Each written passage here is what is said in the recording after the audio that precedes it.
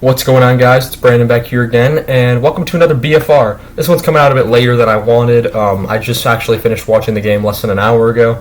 Then I had to do some yard work, and then I basically played football for the next hour. So, I'm a little sweaty, I'm a little tired, but I washed up, we're good to go.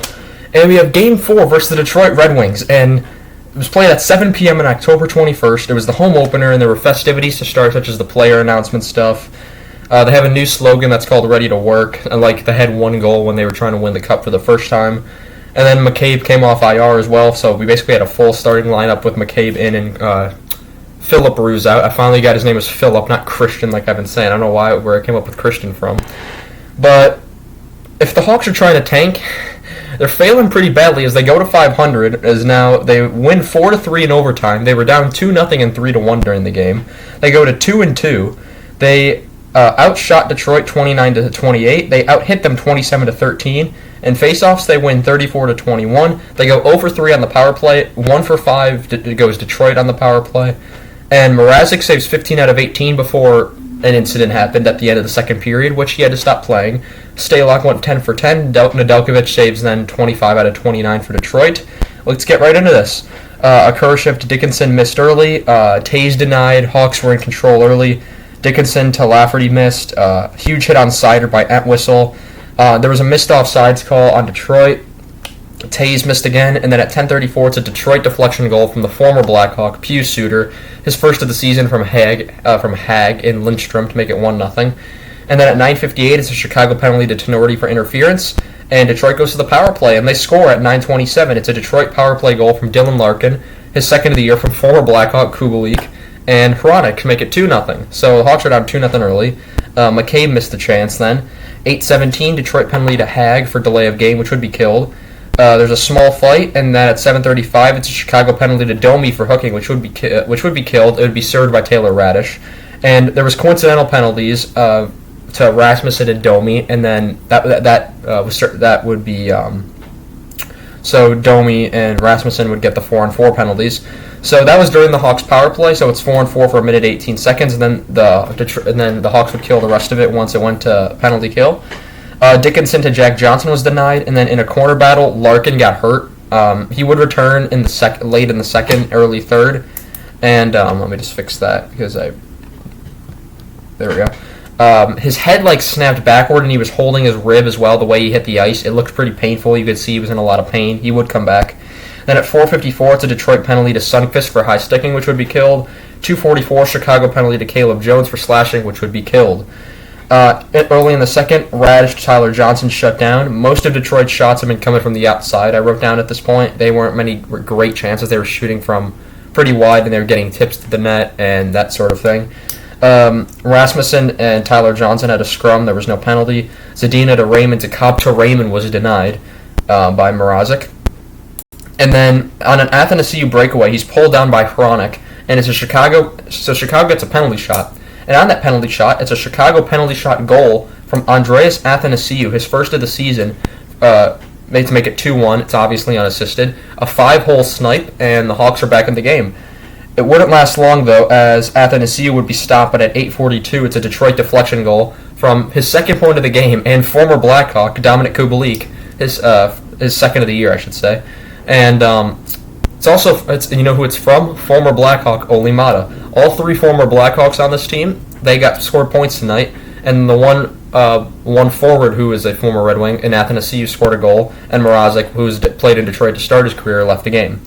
So very interesting there. Lafferty and Sherratt were having words after Detroit made it 3-1. Then Sundqvist and Soderblom, Sundqvist to Soderblom was denied. At 7:40, it's a Detroit penalty to Perron for slashing, which would be killed. And there would be coincidental penalties at that same time, a Detroit penalty to Sherratt and a Chicago penalty to Lafferty for roughing, as Lafferty, Sherratt, McCabe, and Perron were all getting mixed up. Kane throws one at the net, and then he gets another chance, and he hits the post. Kopp misses from Larkin. Hawks are pressuring into the second, and that would be it for the second period as we go to the third, where news comes out that it was pretty clear at the end of the second that Mrazek wasn't great. He did collide with something, and also on a save he made. So Mrazek was hurt on a play at the end of the second, I wrote down.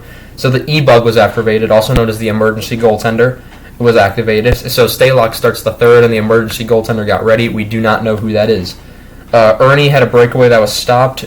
Shaw was in the booth to start the third with Sharp and Vosters. Was doing some of the broadcasting as well. There's a scramble in front of the Detroit net. Lafferty gets a shot off, and then on the rebound at 16-14 is a Chicago goal from Philip Kurashev, his first of the season, from Lafferty and Jack Johnson. And that makes it 3-2, and then McCabe had a big block. It was at this point that I realized who the best line on the Hawks was. It's not the Taves, Johnson, Radish. It's not Kane, Domi, Athanasiou. Kurashev, Lafferty, and Dickinson have been phenomenal together. They've now played 2 games with each other, and they've done phenomenally. Kane to make McCabe, that was a great save. Perron stick goes flying. Jack Johnson has a backhander that's saved. I forgot to mention that at 10:56, the Chicago penalty to McCabe for high sticking, which would be killed. Stalock made some big saves. Zadina had a breakaway that was saved then. A cop rebounds denied. Kubalik to Sundqvist to stop as Detroit's really starting to put the pressure on. Then at 9:54, it's a Chicago shorthanded goal. Their third shorthanded goal of the season, third in 2 games. And they only had 2 shorthanded goals last year, and they already have 3 this year. It's right off the face-off. Lafferty throws it back to Murphy, who gets his first of the year. It's Connor Murphy from Lafferty to make it 3-3, and they tie the game. And Kara then is stopped as they kill the rest of that penalty off. Jack Johnson to Kane was a great save. Crowd was getting loud. And then at 6:13, it's a Chicago penalty to Stalock for delay of game, which would be served by Kurashev, which would be killed. And Perron had a big hit on Tenorti, and the crowd, ironically or unironically, was chanting, "We want the cup," and "Let's go Hawks." "Let's go Hawks" is understandable. "We want the cup." I wonder if that was a joke. Lafferty then had a shorthanded break also on that penalty that was saved. As we go to OT, Larkin, Raymond, and Sider versus Lafferty, Dickinson, and Jack Johnson to start the overtime session. And then Taves had a shot that was gloved. And then there's a turnover at center ice around halfway through the overtime period by Raymond. It's Domi takes it away from him. He gets past Moritz Sider, and he's got a breakaway. He goes top shelf. 2:44 Chicago sniping goal from Max Domi, second of the season, unassisted. Hawks win the game 4-3 in overtime, and they go to 2-2. Detroit goes to 2-0-2, and the Hawks are now 5th in the Central Division, and are in range of a playoff spot. It's early in the season. This is not what I thought tanking would be. It took us 10 games to win a game last year, and we've already got 2-4 here. So I'm scared we're going to get more wins than we did last year. We had 28 last year, and judging by this, it's pretty reasonable. We're on pace for 41 wins at this point. Other news around the league, I know I didn't change the board yet for today because there were a couple 12 o'clock games. Minnesota loses again to Boston, which it's going to be interesting to see where Minnesota is. I'm not sure why I'm holding a water bottle, but Tampa loses again. Ottawa won their last game. Buffalo has been playing pretty well, so is Montreal. Other things around here, Vancouver's the only team in the league that hasn't won a game yet.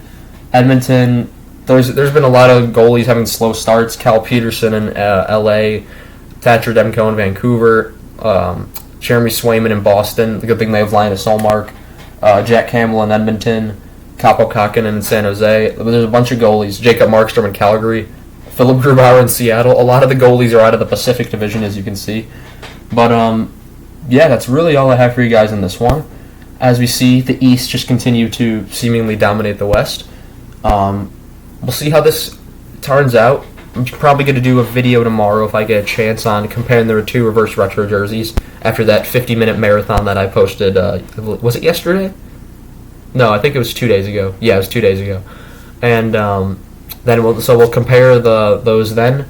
And then we'll do a BFR on Monday as the Hawks take on Seattle at 1 p.m. tomorrow Central Time. So I'll see you guys when I do those videos. Thank you guys so much for watching, and remember to like, comment, and subscribe. I shall see you guys in the next one. Goodbye.